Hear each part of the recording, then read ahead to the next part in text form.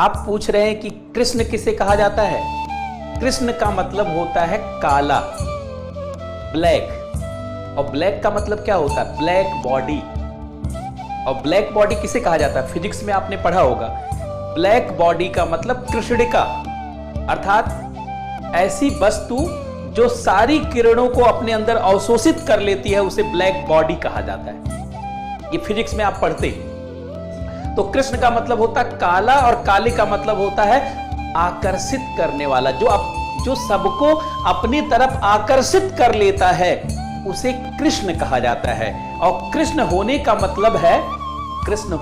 मतलब होता है जीवन के उत्कर्ष को, जीवन के अंदर जो संभावना है उसको प्रकट कर देना कृष्ण होना कहलाता है। क्योंकि आपकी तरफ कोई कब आकर्षित होगा?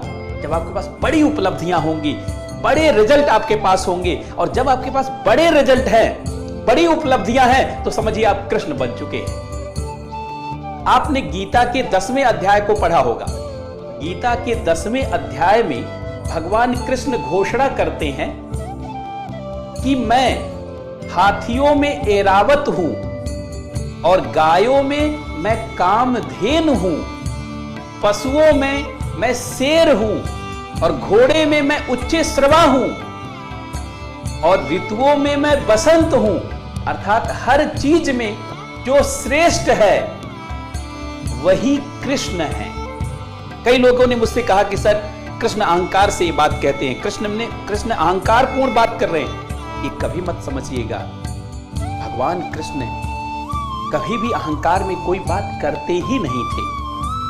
वो तो ईश्वर थे साक्षात, सभी कलाओं से पूर्ण।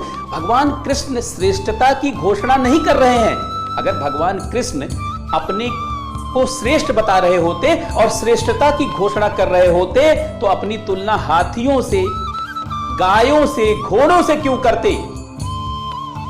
जीवों में सबसे निम्नतम श्रेणी होती है पशुओं की, और पशुओं से अपनी तुलना, अगर वो श्रेष्ठता की घोषणा कर रहे होते तो क्यों हाथी से, घोड़े से, इनसे क्यों तुलना करते? इसका मतलब वो यह नहीं कहना चाह रहे हैं गीता के 10वें अध्याय में, बल्कि वह ये कहना चाह रहे हैं कि आपके अंदर जो सर्वोच्च पोटेंशियल है, आपके अंदर जो सर्वोच्च संभावना छिपी हुई है, अगर आप उसको प्रकट कर देते हैं चरम स्तर पर, तो आप कृष्ण हो जाते हैं। जैसे हाथियों में एरावत होना, इसका मतलब है सभी हाथियों को एरावत होने के लिए जन्म मिला है, लेकिन सारी हाथियां एरावत नहीं हो पाती। और सभी गाय को कामधेन होने के लिए जीवन मिला है, लेकिन सारी गाय कामधेनु नहीं हो पाती। सारे पशु को सिंह होने का, शेर होने का अवसर मिला है, संभावना मिला है, लेकिन सारे पशु शेर नहीं हो पाते। सारी ऋतुओं को बसंत होने का अवसर मिला है, लेकिन सारी ऋतुएं बसंत नहीं हो पाती।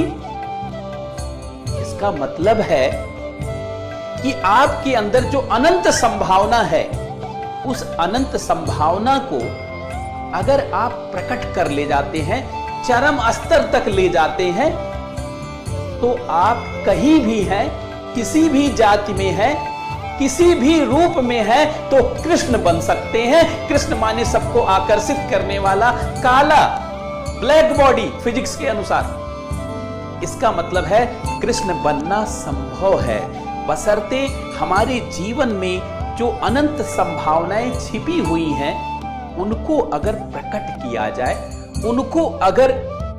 उनको अगर निखारा जाए और चरम उत्कर्ष पे पहुंचा जाए, तो निश्चित रूप से हम सर्वोच्च उपलब्धियों को प्राप्त करते हैं। और जो सर्वोच्च उपलब्धियों को प्राप्त करता है वो कृष्ण हो जाता है। बहुत सारे लोग गीता के 10वें अध्याय में कृष्ण के इस कथन का, कृष्ण द्वारा, भगवान कृष्ण के द्वारा बोले गए इस श्लोक का बहुत लोग गलत अर्थ निकालते हैं, सही अर्थ नहीं निकाल पाते, जिसके नाते ये नहीं समझ पाते कि भगवान कृष्ण आखिर अर्जुन को गीता का उपदेश देते समय ये क्यों बोल रहे हैं कि हर चीजों में जो श्रेष्ठ है वो मैं हूं।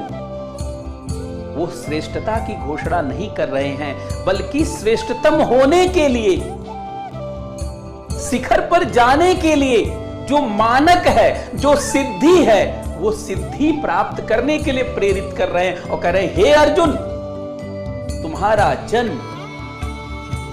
तुम्हारा जन्म युद्ध के लिए हुआ। क्षत्रिय होने का धर्म क्या है? रक्षा करना, सुरक्षा करना, सबको सुरक्षित करना, लड़ना तुम्हारा धर्म है। और उसमें शिखर पर तुम जाओ और तुम लड़ने को ही मना कर रहे हो। गीता का उद्देश्य क्या है?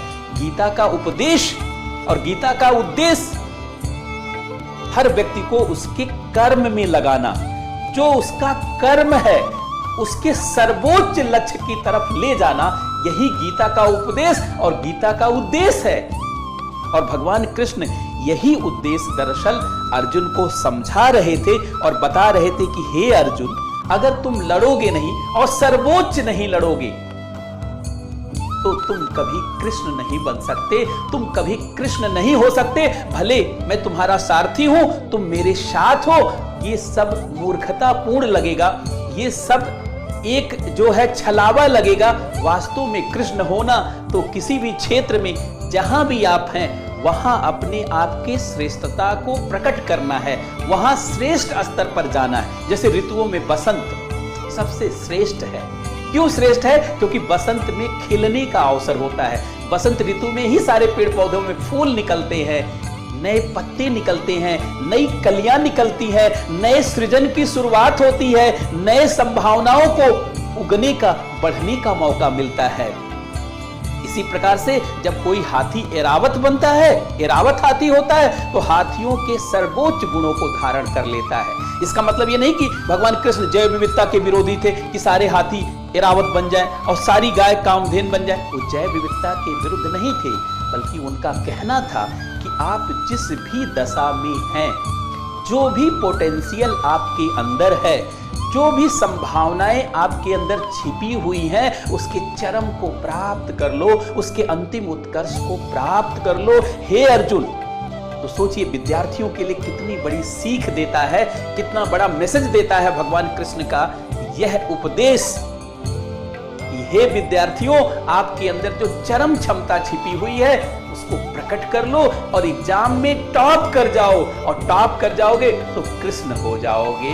और कृष्ण का मतलब सबको आकर्षित करने वाला, सबको अपनी तरफ खींचने वाला, सबको मोह लेने वाला। और इस भौतिक दुनिया में आपकी तरफ सब कब आकर्षित होंगे? जिस दिन आप सफल होंगे उसी दिन आपको पता चलेगा। तो आप अपने को सफल करें, स्वयं की तरफ लौटें, स्वयं के अंदर जो छिपी हुई क्षमता है उसका महान प्रकटीकरण करें।